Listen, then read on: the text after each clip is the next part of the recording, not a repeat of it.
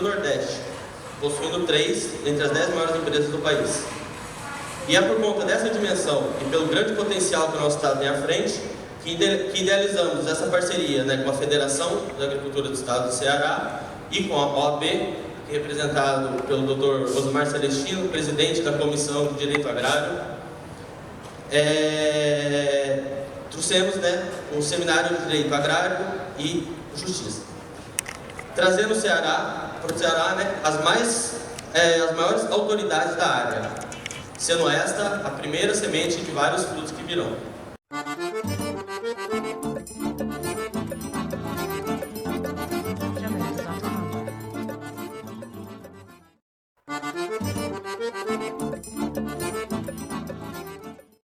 Estamos recebendo a doutora Luana Ruiz Figueiredo, secretária adjunta de Assuntos Fundiários do Ministério da Agricultura, Pecuária e Abastecimento, MAPA. Ela veio fazer uma palestra sobre segurança jurídica do campo dentro da programação do PEC Nordeste através do seminário Justiça Agronegócio.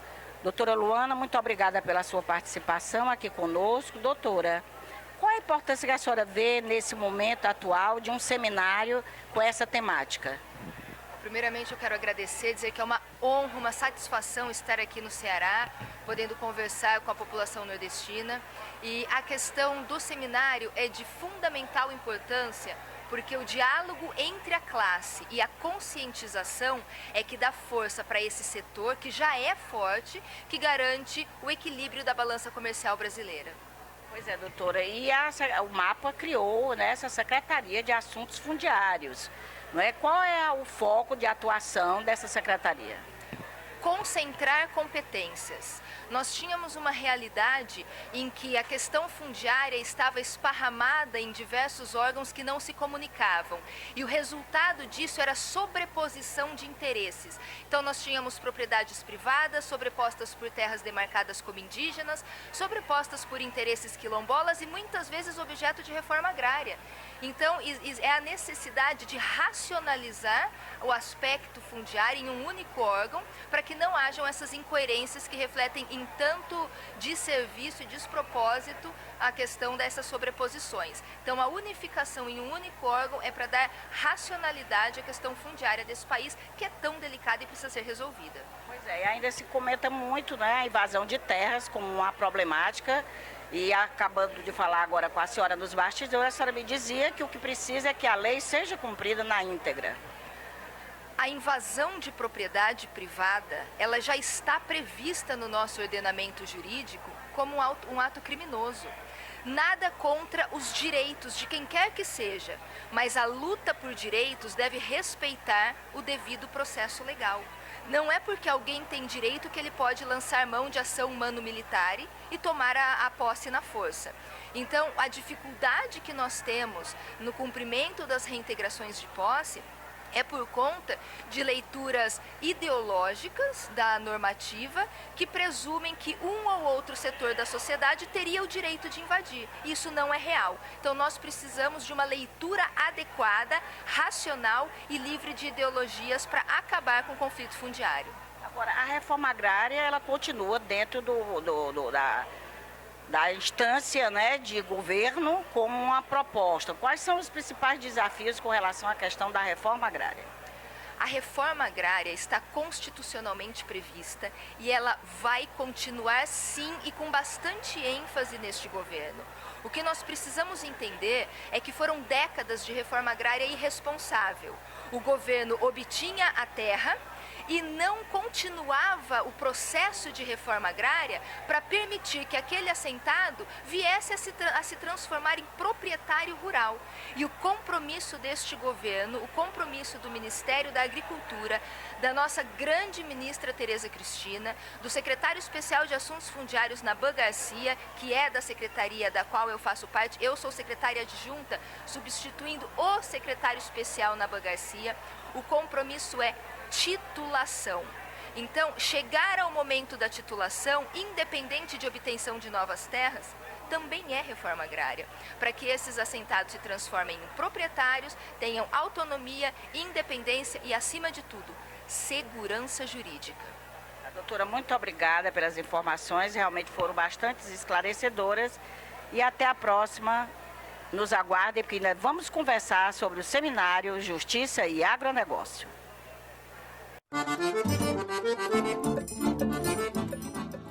Conversar agora com outro palestrante do seminário Justiça e Agronegócio, o doutor Marcelo Guaritá Borges Bento. Ele que é professor de MBA em agronegócio da USP-Exalc, advogado com grande experiência em tributação rural. Doutor Diego, muito obrigada pela sua participação aqui conosco. O que o senhor achou da importância da criação dessa comissão dentro da OAB, né, sobre agronegócio e também sobre o seminário que o PEC Nordeste está promovendo agora? Nós temos hoje aqui 4.000 produtores desses 3 dias participando do evento. Bom dia. Primeiro, aproveitar a oportunidade para agradecer o convite dos organizadores, dizer da minha alegria de estar aqui no Ceará e da minha surpresa positiva com a grandeza do evento, com a multiplicidade de assuntos, com a grande presença do produtor, com a organização fantástica, e dizer também que essa iniciativa da OAB no Ceará é uma iniciativa bastante elogiável. Isso é uma tendência no Brasil todo. O setor agro é a mola propulsora da economia no Brasil. As questões jurídicas impactam diretamente o desenvolvimento do setor. Então essa iniciativa da OAB veio somar, trazer segurança jurídica e ajudar na estabilidade do sistema para que o produtor possa trabalhar e continuar contribuindo com a economia do país. Realmente estou muito surpreso e muito alegre de participar desse evento. Estão de parabéns os organizadores. Doutor, então como o senhor é especialista em tributação, nós vamos nos ater muito a essa questão. Eu gostaria de comentar com o senhor sobre o porquê do aumento do ITR, o Imposto Territorial Rural, né, nos últimos anos. Os produtores têm reclamado bastante, a nível de Nordeste isso é também um fato, porque nós temos as questões cíclicas aqui da seca que acabam inviabilizando muitas vezes o produtor de pagar o ITR. Por que esse aumento tão grande dos últimos tempos e qual é a política do novo governo em relação a isso? O aumento do ITR se deve especialmente a uma mudança na fiscalização. O ITR é um tributo de competência federal, do governo federal, mas a partir de uma emenda constitucional, o ITR passou a ser fiscalizado pelos municípios. Então o que acontece? Antigamente os municípios ficavam com metade da arrecadação do ITR. A partir dessa nova regra constitucional, os municípios que fazem convênio com a Receita, eles passam a ficar com 100% do imposto. Como a Receita Federal não tinha uma política de fiscalização tão rígida sobre o ITR, porque ela não tem condições de atacar as particularidades do país tão grande, as prefeituras entraram na fiscalização do ITR e esse grande aumento nos últimos anos se deve à entrada desse novo agente público na cadeia buscando o ITR. Isso está trazendo um problema muito grande para o produtor. As prefeituras não tinham experiência com esse tributo, isso tem gerado uma série de distorções na fiscalização. O produtor tem sido penalizado e a luta nossa é para que isso possa ser, ter uma maior segurança, possa ser melhor esclarecido. A questão do ITR é uma questão que ainda vai explodir no Brasil. Ela aumentou muito o número de contribuintes, aumentou muito a arrecadação, mas ainda é foco de grandes problemas. O nosso presidente, doutor Flávio Saboia, ele gosta sempre de afirmar que o governo não tem ainda a quantidade de propriedades que existem do país. Aqui no Nordeste nós temos também essa mesma problemática. É um desafio? É um desafio. A questão tributária no setor rural ainda é muito incipiente. Daí também a grandeza do evento de atacar esse assunto tão pouco debatido e tão necessário para o produtor. É preciso dar-se atenção para isso, os cadastros rurais precisam ser melhor interligados, as propriedades precisam ter suas particularidades consideradas no tributo para que não se produza uma grande injustiça fiscal. Agora, doutor, tem outra, além do ITR, quais são as outras tributações no qual o produtor tem que participar através da sua propriedade? A tributação do imposto sobre a renda, especialmente o produtor pessoa física, o grande impacto é a tributação sobre a renda. O produtor rural pode recolher de duas formas. Ou ele recolhe através do regime de caixa, que assim, a grosso modo, é receita menos despesa e aí incide a alíquota do imposto de renda.